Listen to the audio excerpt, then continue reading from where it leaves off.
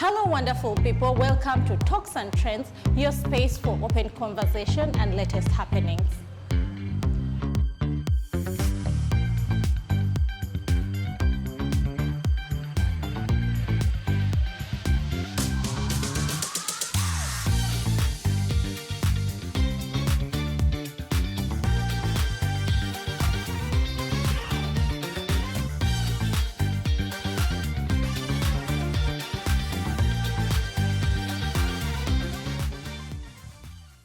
So today we are going to dive into an urgent and serious topic, one that is affecting Ugandans and people around the world. We are talking about human labor trafficking. So with a focus on recent scandal of a man who was trafficking girls to Dubai, who else is the best candidate to talk about this scandal than Mariam Mwiza? Welcome to the show. Thank you so much. And thank you for hosting me here. Mm-hmm. So can you tell them more about your thing? What do you do? What did you choose to go with this kind of a career, which is so risky and, First and foremost, I'm named Mariam Mwiza. I'm an anti-human trafficking activist, but also I run an organization called Overseas Workers Voice Uganda, which I founded in Feb 2019, with the main aim of fighting a vice of trafficking and advocating for the migrant workers.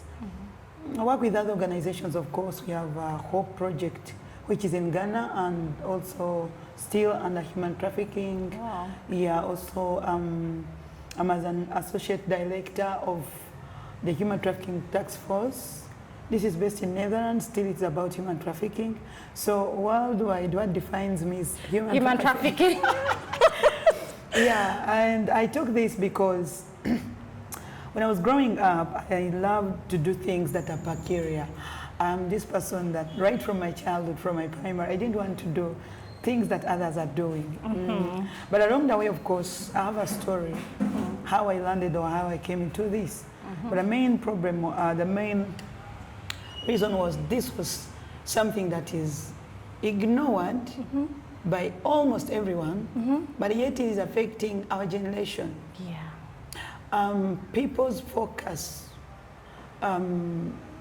is on poverty, it's about unemployment, but entertainment. Yes. And looking at the crimes that are being fought by many agencies or different people, they will talk about many treason and what, but they are forgetting something that it's a generation in a terrible way. So I learned on this story where a lady in 2018 was on the verge of losing her organs, and she was based in Jordan. So when I read about her story, it was published, it was on NTV channel, I think. But I looked at about 1,000 comments, and the comments, none of the commentators was suggesting a solution. People were slowing, why did she go? Why didn't she go? But I knew there was a push factor on why she had to leave. So when I read the story, I got into her inbox. Lucky she was still having a phone. Then she tells me now what got me so much attracted is that she was rejected by her mother back home. Oh. She had stopped in senior 6. She was a young mother, and she had nothing to do. She was looking for how to survive. Yeah. And she lands in hands of someone who is very heartless, but who pretended to be good by then. And you're like, I can provide a solution for you. This is how she lands into Jordan. And the mere fact that the push factor was she was rejected by her family. And she's a young mother.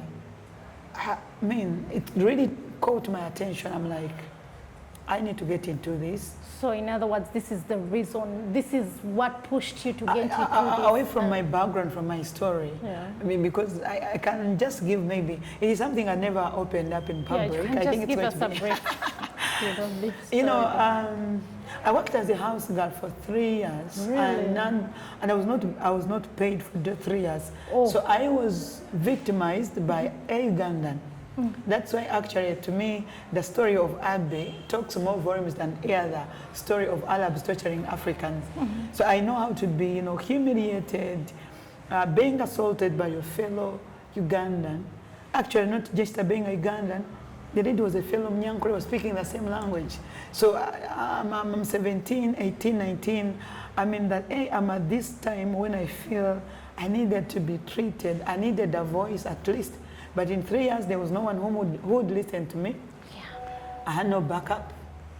Yes, and I'm like, I promised myself that one day I would do something to my country. But I didn't know how. Anyway, it was not trafficking. So in 2018, when I get this story, I felt like this was what I needed to do. That was your starting point. Yeah. So what was the first case you handled? The first case, of course, was for that lady, because I brought her back successfully. Wow, how did you do that? What was so needed was an exit visa.